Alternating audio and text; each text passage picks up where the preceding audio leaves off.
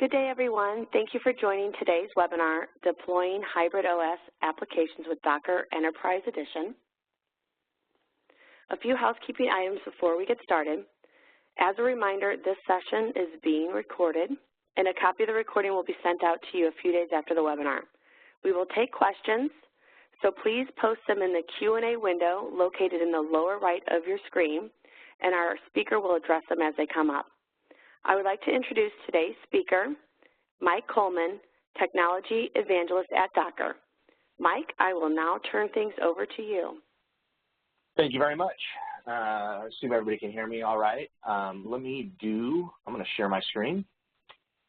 Just 2 seconds here, and then there's my slides. And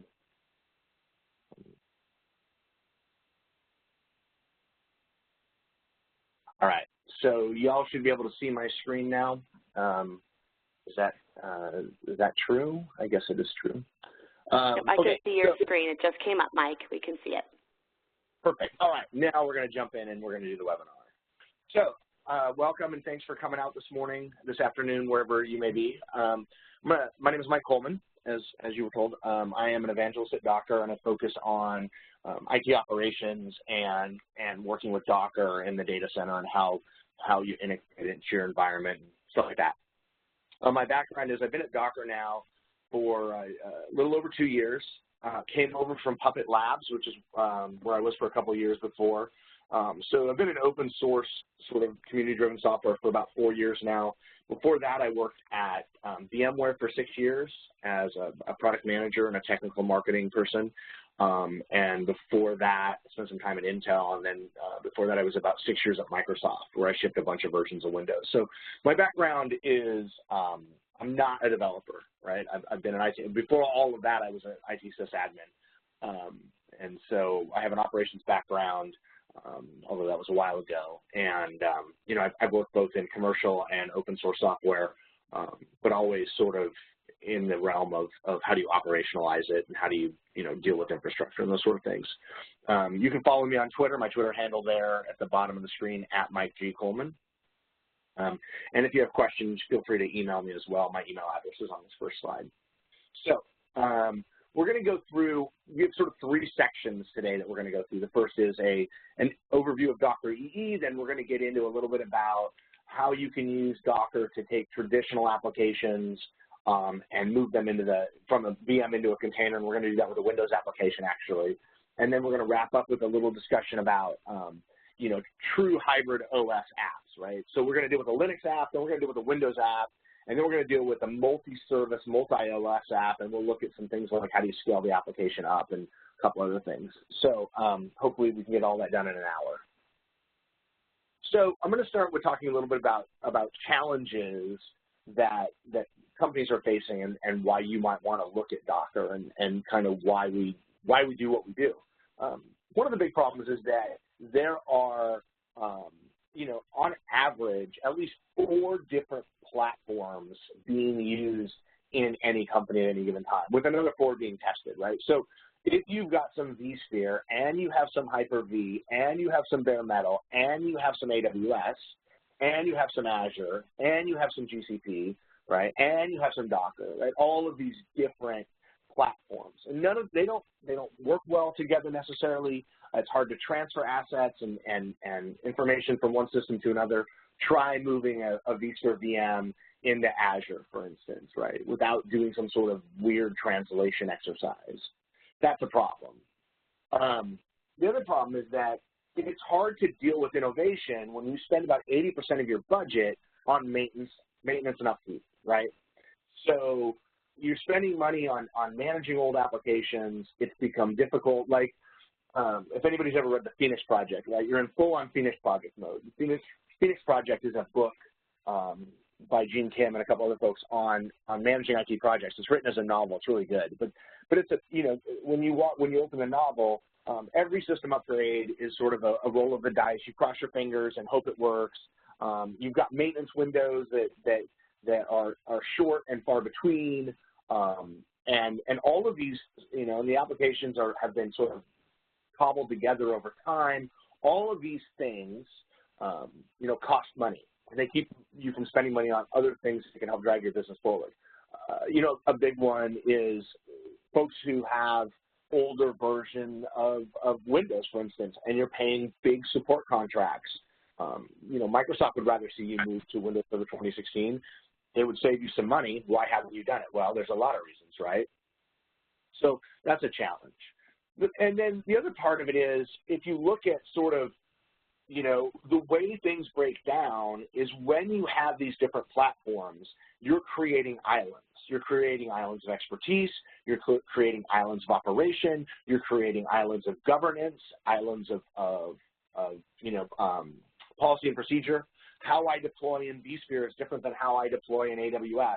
How I, you know, my PaaS platform lets me do things that I might want to do, but I have to do them the PaaS way, right? I have to do them platform specific. And then, you know, I feel sorry for you if you ever have to make a transition from one of these to other, right? So all of these things bring into, you know, stark relief problems that can be solved by Docker, right? So with Docker EE, right, the promise of Docker is the application that you develop and deploy in Docker is going to run wherever you have the Docker engine, right? So if you build your application in Docker, so it starts with Docker. If you start with your application in Docker and you run it on vSphere today and you decide that you want to move to Azure, that's simple. That Docker container, that Docker image is going to move from a VM to a cloud instance to a bare metal seamlessly, and you're not going to have a problem. And so we start taking away a lot of those problems. We break down those islands. We give you a common governance and a common operational model for Linux applications and Windows applications that are running wherever you need them to run, right? Because on Windows, it's Docker run, and on Linux, it's Docker run, and on Z-Series mainframes, it's Docker run. It's always the same. So regardless of whether you're deploying web apps, cloud native, you know, 12-factor, whatever you want to call them, or you've migrated traditional applications, right? Monolithic applications into a container. Get you know, SQL Server from Microsoft. You can get Oracle, right? Bunch of different software vendors. Almost every open source vendor has their product running in a container, right? So all of those things are possible. So so what is Docker Enterprise Edition? Enterprise Edition is basically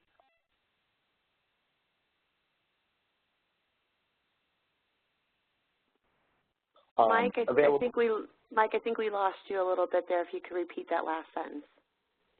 Oh, so what is Docker Enterprise Edition, right? So Enterprise Edition is one of two editions that we put out, right? The first is Community Edition. Community Edition is free software, freely available, community supported.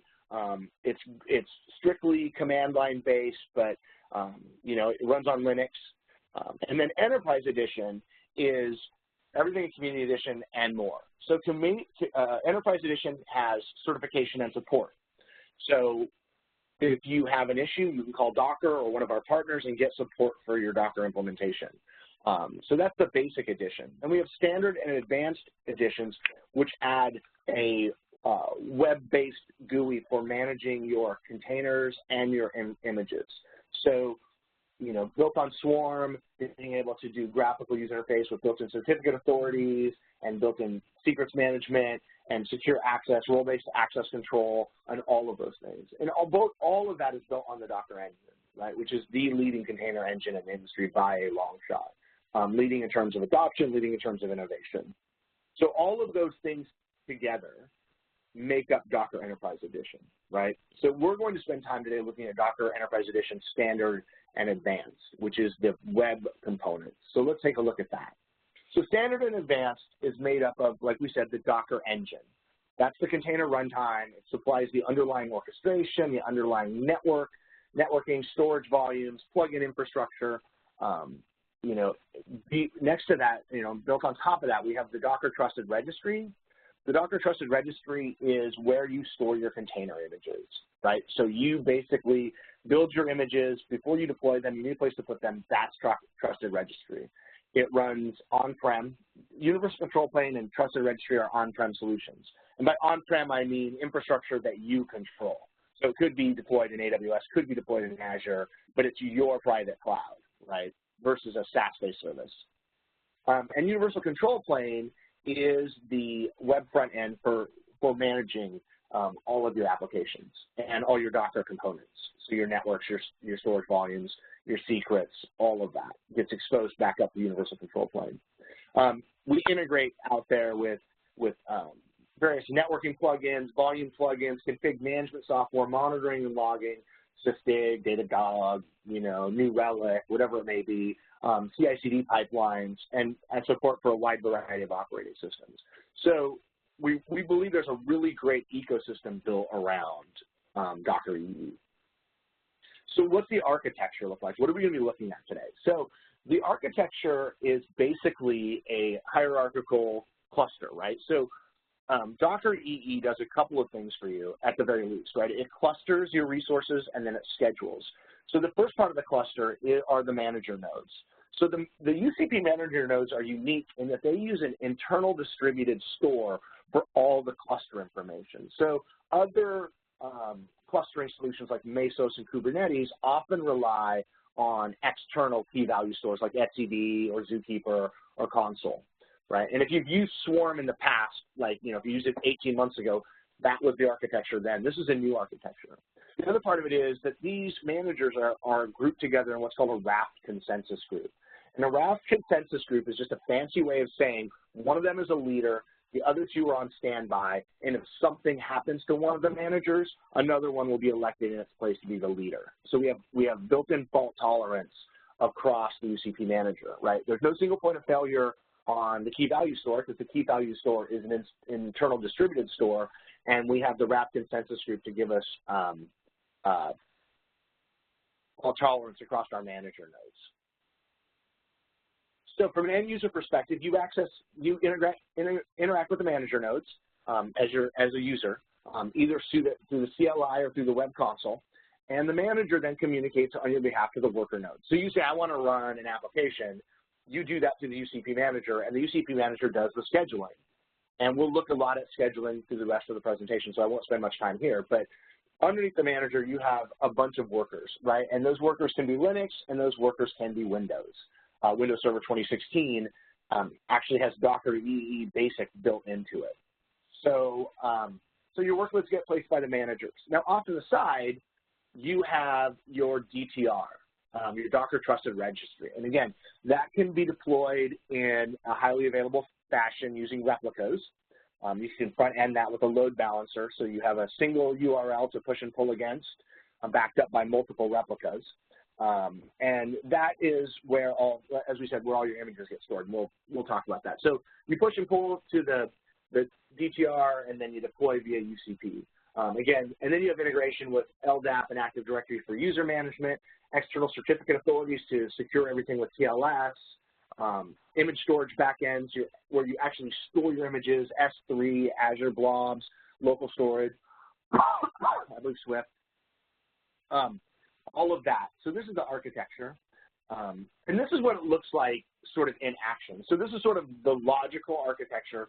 This is the workflow. Right? So it doesn't matter whether you're doing traditional microservices or third-party applications, right? They kind of follow the same workflow. So if you wanted to deploy Oracle from the Docker store, you would pull it down from the Docker store. You would then manage it, and then you would put it into production through control plane. So a likely scenario for an application developer internally would be they would go to the image repository and they would download a Java image, right? And then it doesn't matter if it's a microservice or a monolithic app. They would write that application, and then they would create a new image. And that new image would then get pushed back to the registry and then deployed by the operations team through the universal control plane, either onto local on-prem data center infrastructure, bare metal virtual machines, or out into the cloud. You'll notice that we've got there in the middle on the left something that says security scan and sign. One of the unique capabilities of containers is that they can both be signed and scanned to ensure that they are always coming from who you think they are, and they're always up to date for vulnerability identification. So in the case of signing, when I pull down that Java image, my IT operations team that built that base image for me, as I'm the developer, I pull it down. I know that it came from my ops team because it has a digital signature on it.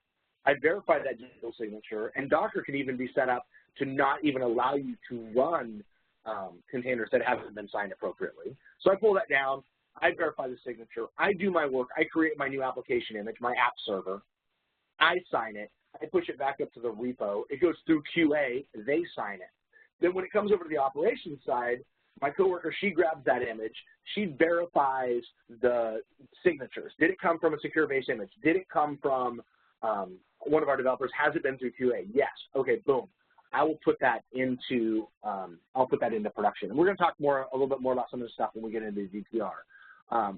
The other part of that is while it's on DTR, when it gets pushed up there, we'll automatically do bit level, layer by layer scanning of that image to identify any vulnerabilities, so that you know that when you built it, it was clean. But what if a vulnerability is discovered afterwards? Well, Image Scanner will help you identify that.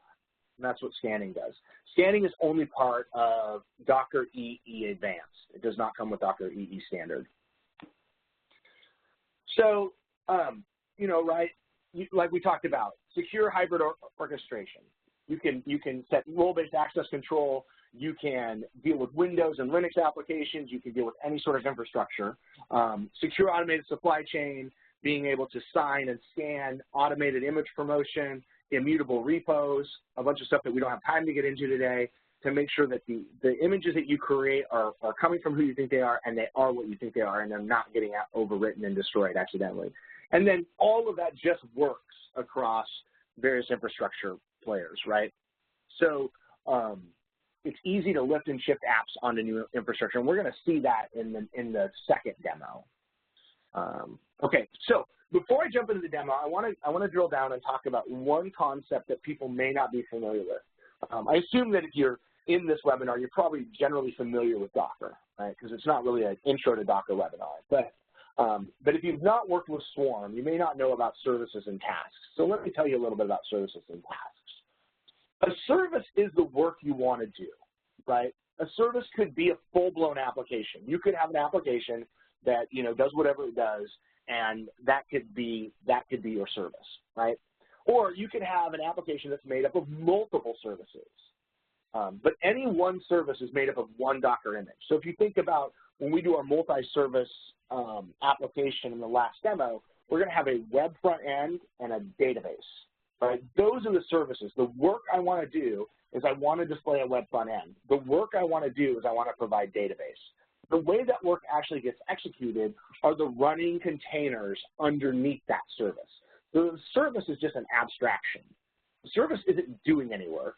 The service is just the endpoint where you access that work, right? So that's why I can make a database query. That's where I can route a request to one of my databases through the database service, and the service will send that request down automatically to the container that can provide the response. There can be 1 to n number of tasks for containers, right? So a task and a container are synonymous. So if I'm doing a web front end and I want to scale it up to 4, I'll have one service with 4 tasks, which we'll do. There are replicated services, there are global services. If you do a global service, if you designate a service when you start it as global, it will run on every single node in your cluster. Agents are a great example of why you would use a global service.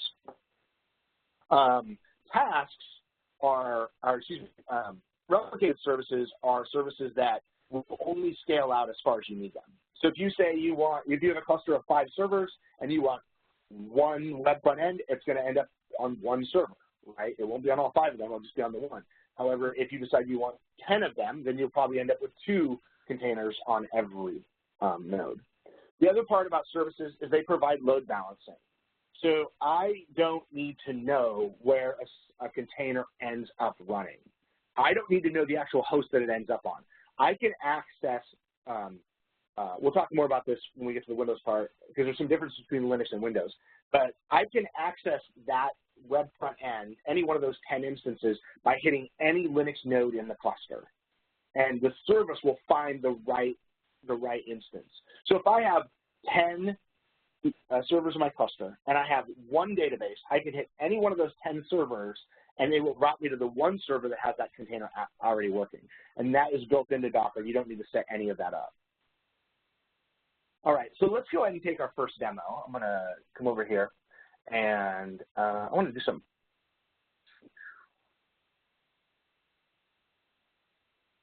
Oh, I'm trying to find. I guess I can't do that while I am. I'm trying to figure out how to see if there's any Q&A. Whatever. I'll deal with it in a bit. Mike, we have a couple. Mike, we have a couple Q&A questions. I can read them off for you real quick. Yeah, let's do that. Because I don't want anybody to be lost before I move on. Okay. So one of the questions we had that came in about 10 minutes ago said, "What do you mean by images?" Okay, sure. A Docker image, and we're going to create one right now in this demo, is the static build time artifact that represents your application. So an image contains everything you need for your application to run. It includes the OS definition, the libraries, the middleware, the source code, and could even contain environment variables, right? And so that image is what you run to become a container. It's no different than a template or a golden image in virtual machine parlance. Another question? So the next question was, is there a service design tool with Docker Enterprise Edition Advanced? A service design tool with Docker Enterprise Edition Advanced, excuse me. I'm not sure I understand the question. Can you just repeat it one more time? I'll try to decipher it. Sure. Is there a service topology design tool with Docker EE Advanced? You don't necessarily, so the service topology design tool is the architecture of your application, right? So there's no graphical tool to like kind of design an application, right? The services you choose and the hierarchy and how they're connected is all designed in the compose file, but we don't have a graphical tool for that. I'm not sure what that would even look like, to be honest with you. I mean, I can kind of get at what someone might want, but I'm not sure how much value it would have. But send me an email and let me know if you have some thoughts on that. Any other questions? There is one. Okay. There is one more. Sorry, I was. Yep. Is Docker UCP Manager planned for Windows Server 2016? We would eventually like to get there, yes. It's not there today, but we would definitely like to get there. And then we have one more that just popped up. How do you make an application accessible for developers to work with interactively? That's beyond the scope of this discussion, but you basically can do a bunch of things like there's integration between various IDEs where they can go in and they can set breakpoints and do debugging inside a running container. You can hot mount your source code into your running container so that if you make a change on a local file system through your IDE, it's immediately reflected in the container. That's a little bit outside the scope of this, discussion, but there's a couple of ideas. Okay, and I have one more. Yep. What are the plans for overlay networks?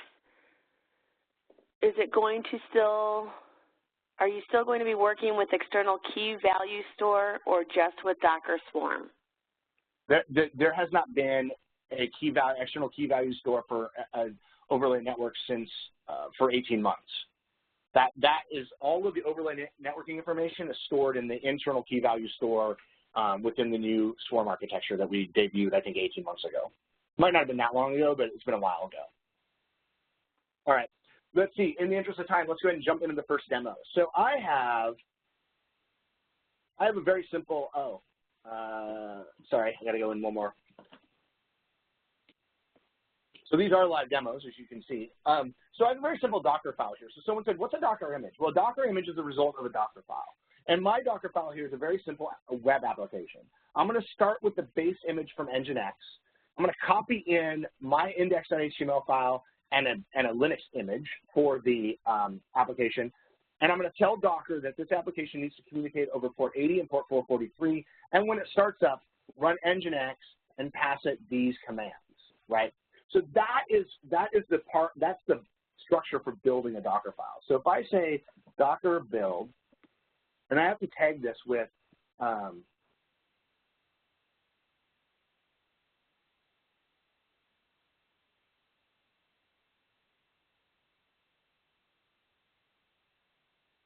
okay, that was a lot of typing, and let me show you what I just typed.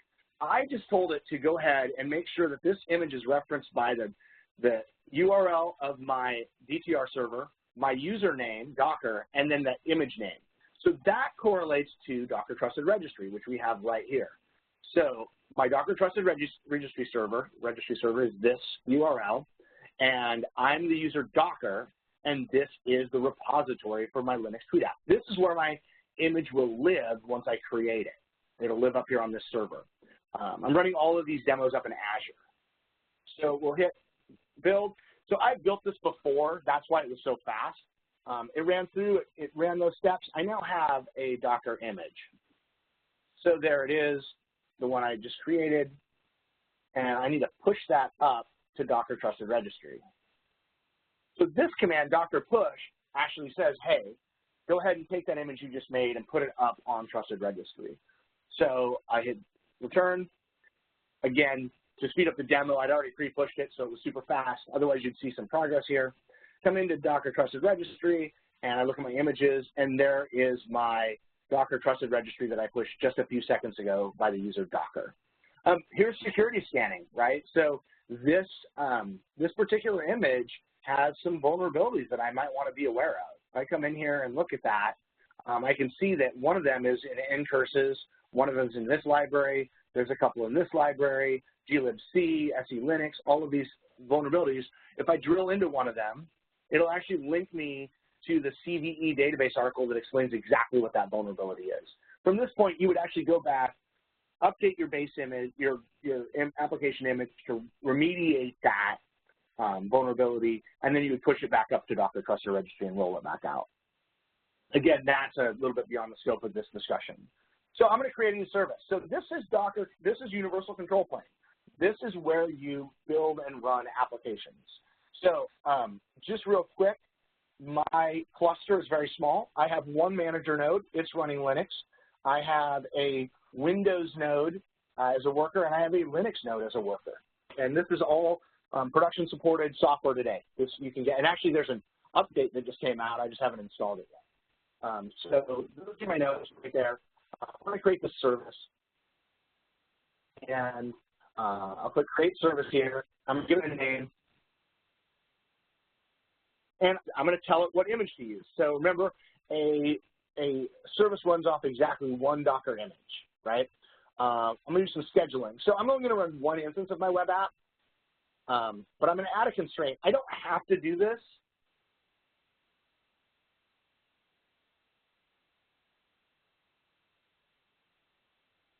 Because the system will do it automatically, but I'm going to put it in here so you guys can see this is how I can force to make sure that it always runs on a Linux node. The built-in node.platform.os equals Linux. There are a bunch of built-in labels on Docker infrastructure, and one of those labels on every node is the operating system family that it's running. So if I come over here to my, this is actually my UCP manager. I'm SSH into it, Docker node ls. Notice that I can do the same thing that I did in the UI. I can do it from the command line. I want to see all my nodes in my cluster, and here's my manager, this one, right? And it's the leader. If I do a Docker inspect on QBWA, which is this right here, and I scroll back, there it is right there. So on the node, under platform, operating system, Linux. That's where this comes from. That says, hey, always make sure that this runs on Linux. And you will see more of that in later demos. So publish my networking port. My app runs on port 80. I want to access it on port 8080. And we'll confirm that. And so we'll hit create and give it a few seconds, and my application will be up and running. All right, so it says it's up and running. So if I click on it, it exposes the endpoint here, and I click on this, and there's my application. There's that little Linux PNG file that I pointed out. Now, I told you that obviously there's a manager node and a worker node, and I put in the URL of the manager node. I can also put in the URL of the worker node and still get to this service. That's that load balancing I talked about. It doesn't matter if I go to the manager or the worker. Either one of them knows where this is running, and I can tell you where it's running if I look at the containers. And it's actually running on node C. Right here, you can see it's running on node C, but if I come in here and I'm actually pointed at node B, I can still get to that service. So that is a real quick example of creating a service and rolling it out. So let's go back into the slides. Oh, there we go. Boom. Okay.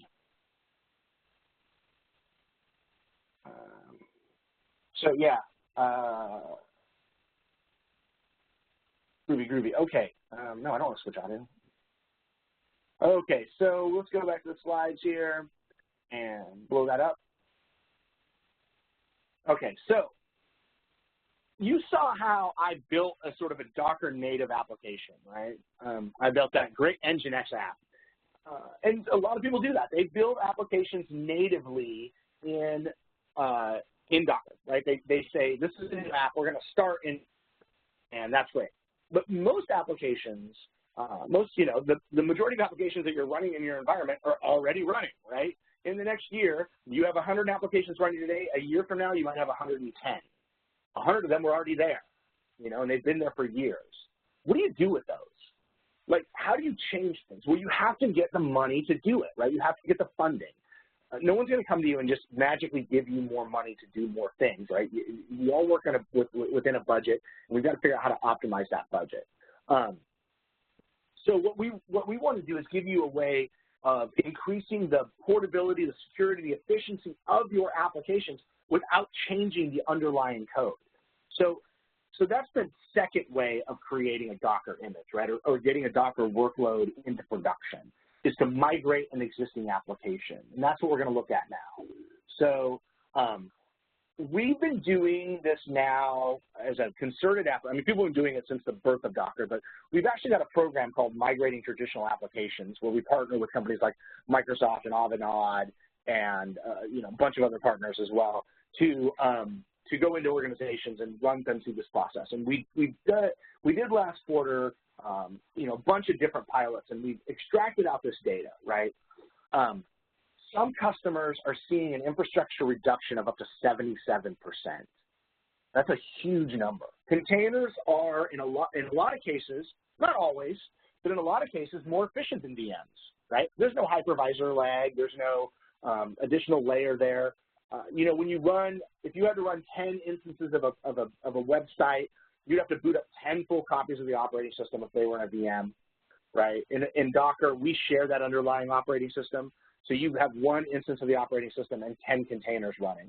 So you're automatically getting a reduction in memory footprint, you're getting a reduction in CPU overhead, you're getting a reduction in storage, all kinds of different things, right? The other part of that too is if you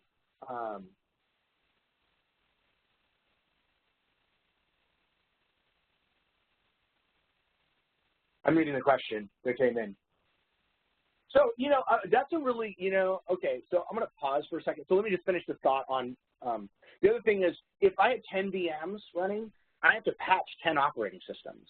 If I have one large VM with 10 containers running it, I have one operating system to patch. Reduce operational changes. We see companies going from 7 days to make a change and push it to production to that taking a couple of hours, right? So massively faster deployment. And and the same with security patches, right? If you have a maintenance window every week and you have non-critical patches, but you still need to get them out, you can do that once a week. We've seen companies, because of the way Docker works with rolling upgrades and the speed of starting and stopping containers, they can roll out even non-critical patches in hours or minutes if they need to. So a question, I want to clarify nomenclature. Swarms that have both Windows and Linux hosts. I noticed that in the terminal window, the demo environment is called Hybrid Workshop. So are we calling them hybrid swarms, multi-platform swarms, or does hybrid correlate to the on-prem or cloud combo? Yes. I don't know that there's an official nomenclature, right? I call it a hybrid swarm because it's a hybrid OS swarm, right? But it could also be a hybrid swarm because it's all Linux, but part of it's running in the cloud and part of it's running in the there is no official nomenclature. In the parlance of this discussion, sort of in the realm of this discussion, hybrid swarm is referring to the fact that it's multi-OS, right? And so there's no official answer, but that's just how I'm using it today. Okay, methodology for Docker EE modernization, right? So basically, you can get into that 80% by grabbing existing applications, converting them to a container with Docker EE, and then just throwing those up into the cloud. I was at Gartner last week, because I was at VMworld this week. I was at Gartner Catalyst the week before last, and Anna Belloc, one of their analysts, was talking about migrating traditional apps, and her statement, not mine, was that it's the easiest on-ramp to containerization. Because most time you're not scaling these traditional apps, right? They're sort of a single instance of the application, or maybe you have a fault-tolerant thing, but they don't need to be like auto-scaled. They don't have to do this. You don't need a lot of the advanced orchestration features. So you can jump into modernizing a traditional app, placing it onto a Docker server, and you don't actually need Swarm. You don't need Kubernetes. And she really feels like for most people, that's where they should be focusing today, right? And that allows you to start cutting into that 80% by reducing CapEx and OpEx costs. So why Docker? Again, it kind of goes back to a combination of those two slides we looked at before. We don't care if you're on Linux or Windows or a mainframe or the cloud, if you're microservices or ISV or traditional homegrown. We're going to break down those barriers. And, when people say, I don't think we're ready for Docker, I say, I actually think anything that you're looking at doing in your organization, a lot of those initiatives are going to be easier if you start with Docker. If you are looking to migrate to the cloud, you are better off putting those workloads in a Docker container before you put them in the cloud, because it allows you to recover from that decision if it was not the right decision. Imagine bootstrapping a project and spending a year planning a massive migration to a cloud provider only to discover that the economics of that cloud provider don't work for some reason that you didn't think about in your calculations, and now having to roll all that back. That's very daunting if you're not doing it in a container, right? And so I think that's why Docker works best for that. So let's do that. Let's do a very simple example of this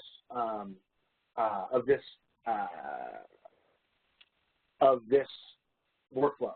So we're going to migrate and deploy a Windows application. I have a static website built on IIS, so it's basically the IIS version of that Nginx web app. It's not anything super specific or super advanced. We're going to use a tool called Image to Docker. It's an open source tool that exists for both Windows and Linux that creates Docker files from virtual machines.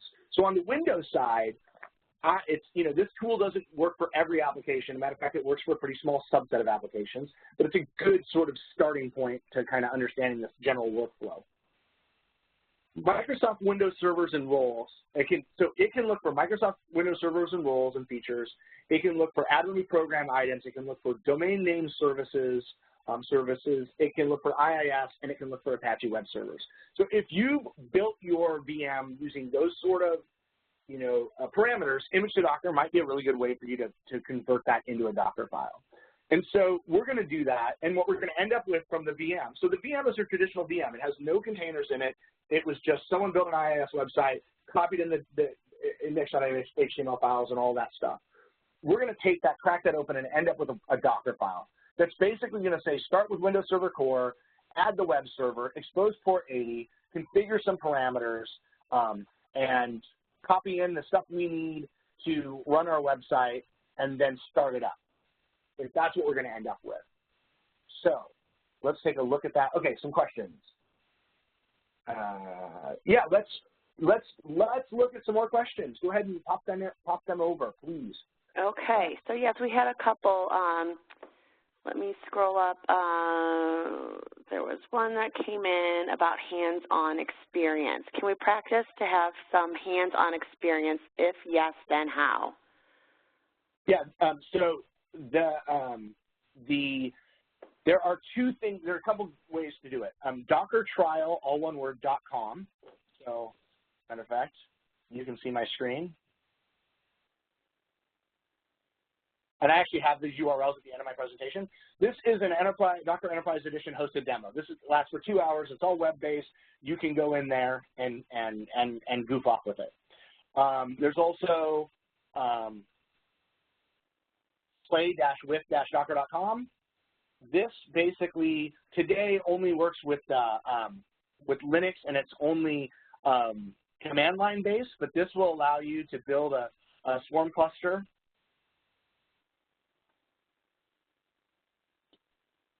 Oh, I need to.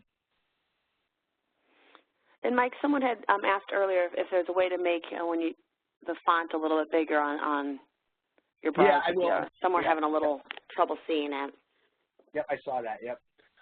Anyway, so play with Docker, and then actually, if you go to GitHub, this is not in there. If you go to github.com/MikeGColeman, my Twitter handle, hybrid-workshop, this whole presentation is based on a 3.5-hour workshop I put together that if you want to build your own infrastructure, you can run through and do everything that I'm doing here today.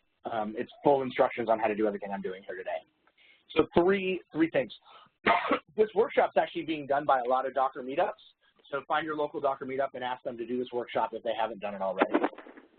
Okay, so I have got here, this I can't make, well, this is pretty big. So I've got here, and I'm going to cheat real fast, and I'm going to come over here, and I'm going to grab this. I have got a Windows Server 2016 VM here that has my IIS website. And I'm going to use image to Docker to, oh, shoot. Sorry, I copied that. I'm going to use image to Docker to crack that open and extract a Dockerfile. So this basically says, hey, go look at this VHD, look for IIS. When you're done, write the output into this demo directory, and then Verbose lets us see all of this output. So you can see it's looking at the file, it's mounting it up, and now it's out there, it's analyzing it, it's looking for the application config, the version of Windows or the version of Windows that it's running on to get the right Windows Server core image to be used for our application. Give it a couple more seconds here. And then, boom. So there it is. So it has written out the Docker file. So there's the Docker file. You can see this is basically a more complicated version, but a lot of the same things I showed you in the previous slide. So now I want to make that Docker image. So it's the exact same command. It's hard to see it, but it's Docker build, tag it with the image repo, give it a name. So notice that Docker build on Windows is the same as Docker build on Linux. It's exactly the same. And then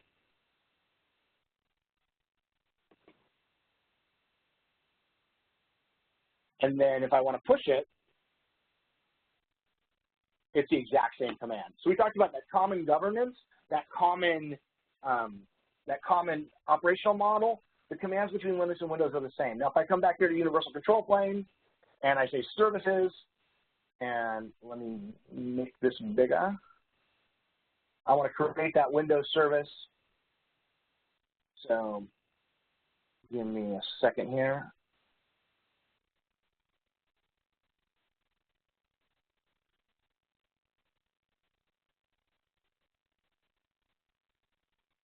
I'm trying to like not have to type this whole thing out. So I'm going to copy it. I'll just do this. Okay, so I'm going to come in here and give it a name, Windows Suite App, and I'm going to paste in the image.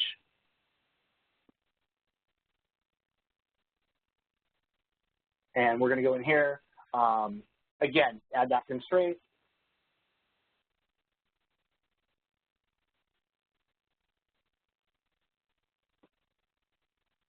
And the networking. So one of the differences between Linux and Windows right now is in the networking. So that ingress load balancing that I talked about, you notice how I said, I was careful to say, on Linux hosts in the cluster you can do this.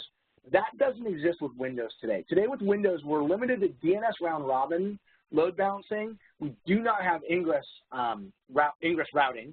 So when I map this port 80 to port 8082, I have to do it in host mode. So I have to be explicit and tell it to go on a specific host. So we can't do that ingress load balancing that I showed you before. That we hope will be resolved in the not too distant future. That is one of the very few deltas between Linux and Windows right now. So we hit create the service, and let me clear this out. And so this will take a second to come up. Mike, while that's taking a second to come up, I had a couple asking if you could repeat the URL of the Docker or EE running example that you just showed. I showed the dockertrial.com, all one word. They're in the last slide, actually. So I have them in the last slide. And can I repeat the previous screen and image of Docker, Dockerfile? Also, that's in the slides as well, which you can get a copy of, but just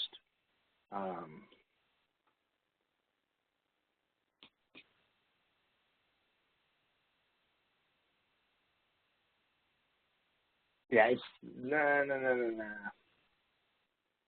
Anyway, that's the Dockerfile. Grab that. I'm going to give you 3 seconds. Fine. Okay. Hopefully you got it.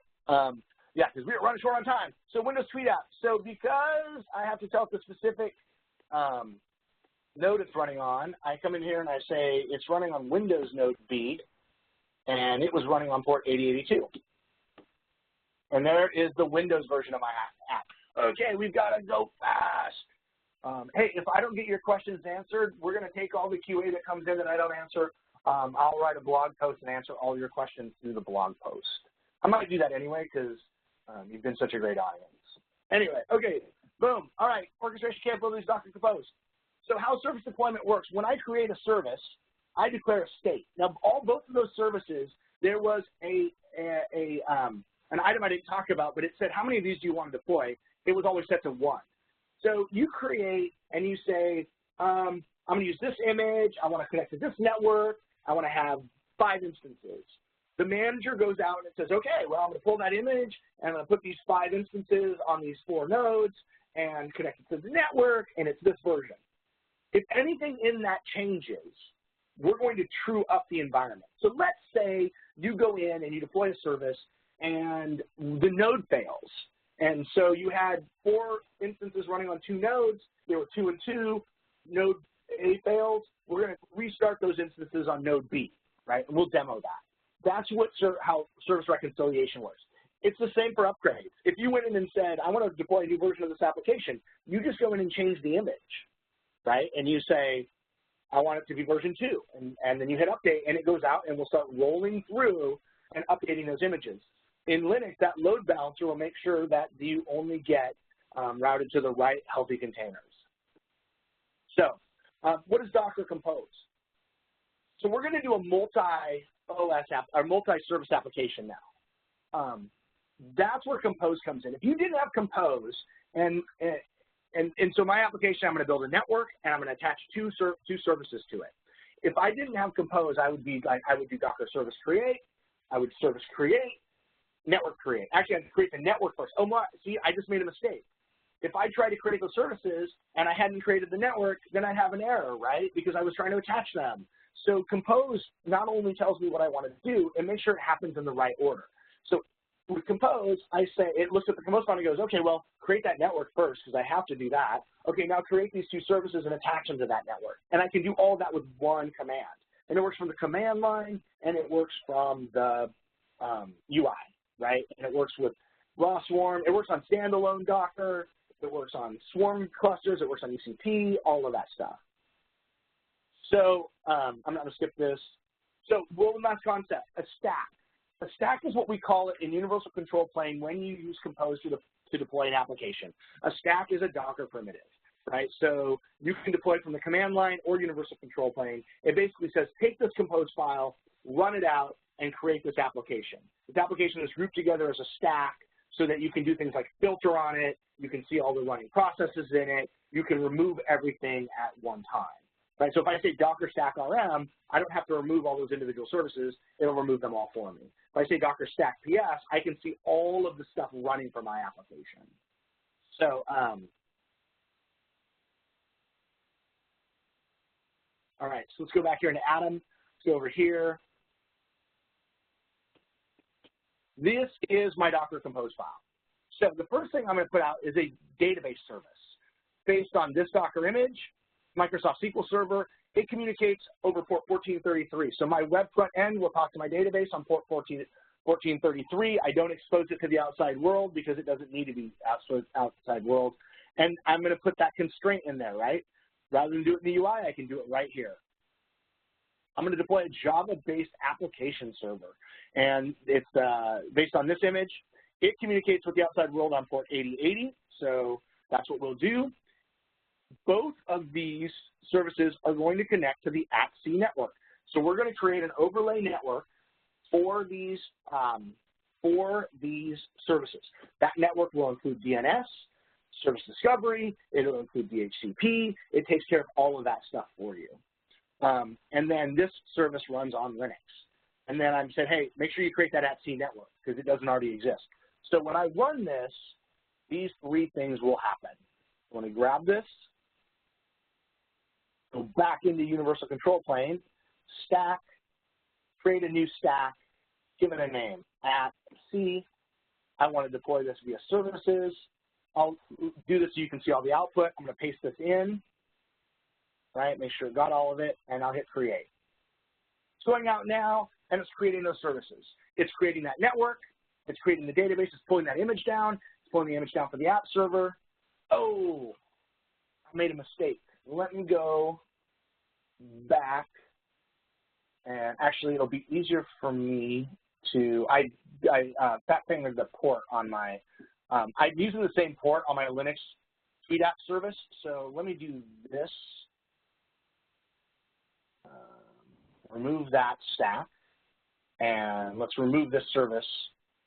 And actually, what I could actually do, well, I'm short on time. I'm just going to remove it. What I could do is I can go and update it and change the port number, but I'm not going to do that. I'm just going to remove that. So let me go back into the stack, create stack, give it a name. Let's do services, show output, paste this in, hit create. So there's the app server, there's the @C database. All right, that worked. Sorry about that. Small error on my part, not conflicting those port numbers. So let me go in here, and there's my stack for @C. I can come in here and say, let's look at the services. So now I've got my database, my app server's running, my database is not. Let's go in, though, while we're waiting for the database, takes a couple minutes to come up. So let's look at a couple things really fast while that's going on. Let's go in here into the app server, and let's go in and look at that, the scheduling on it. Right now, there's one instance running. So if I go over here and I say, show me the containers, there's one container running in that service, right? And it's running on node C, right here, node C. Oh, I don't want to do that. I want to just highlight it, point out node C there. So let me go back to those services, and there's the app server. And let me come in here and let me configure the scheduling and let me do 4 of those. So I hit update. So now I'm scaling my web service to be backed up by 4 different containers. So if I come in here and I do this and I say, show me the containers, there they are. And they're running. 2 of them are on node B, 2 of them are on node C. Well, what would happen to my application if I had a node failure? First, let's visit the application so you can see it running, because I want to do that, because I want to show you something else. Oh.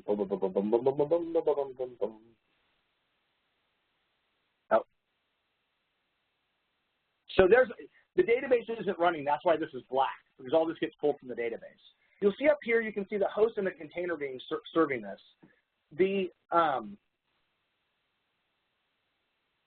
If I reload it, you'll notice that changes. Well, it will change from time to time. Sometimes the cache gets in the way, but it changed from the first time.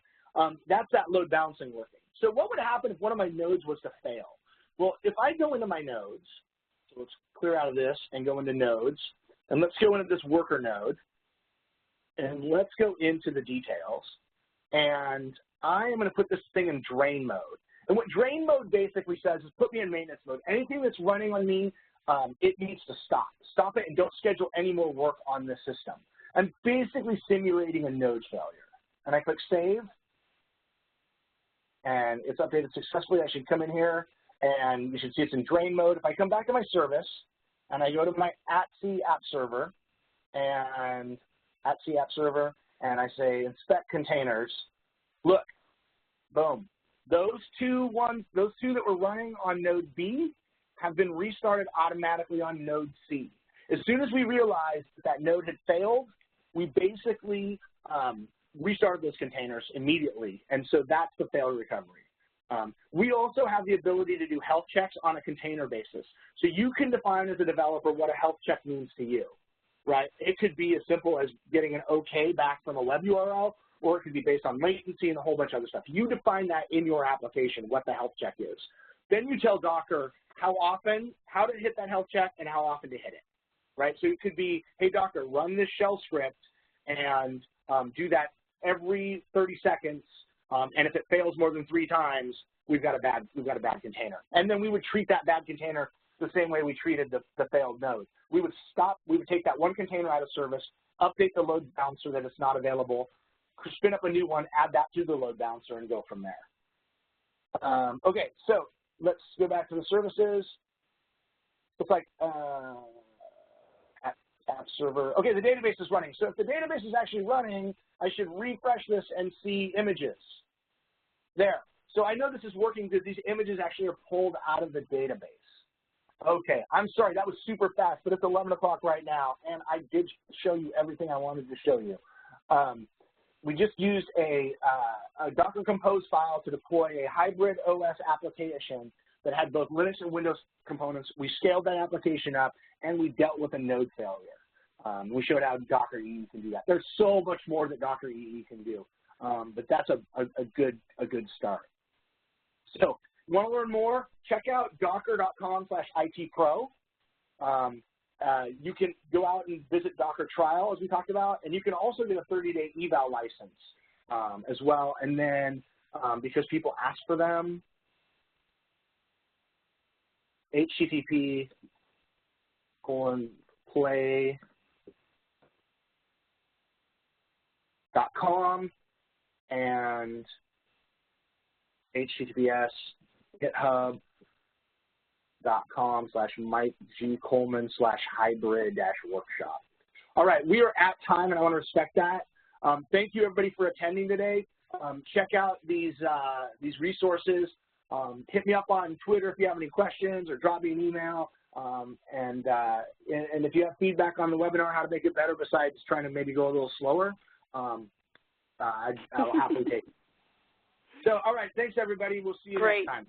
Thank you, Mike. This does conclude the webinar. A reminder that this session was recorded, and a copy of the recording that will contain these slides will be sent out to you in the next couple of days. Please be sure to register for upcoming Docker webinars at docker.com/webinars, and also please check out docker.com/events for upcoming customer events. We thank you again for joining us, and have a great day.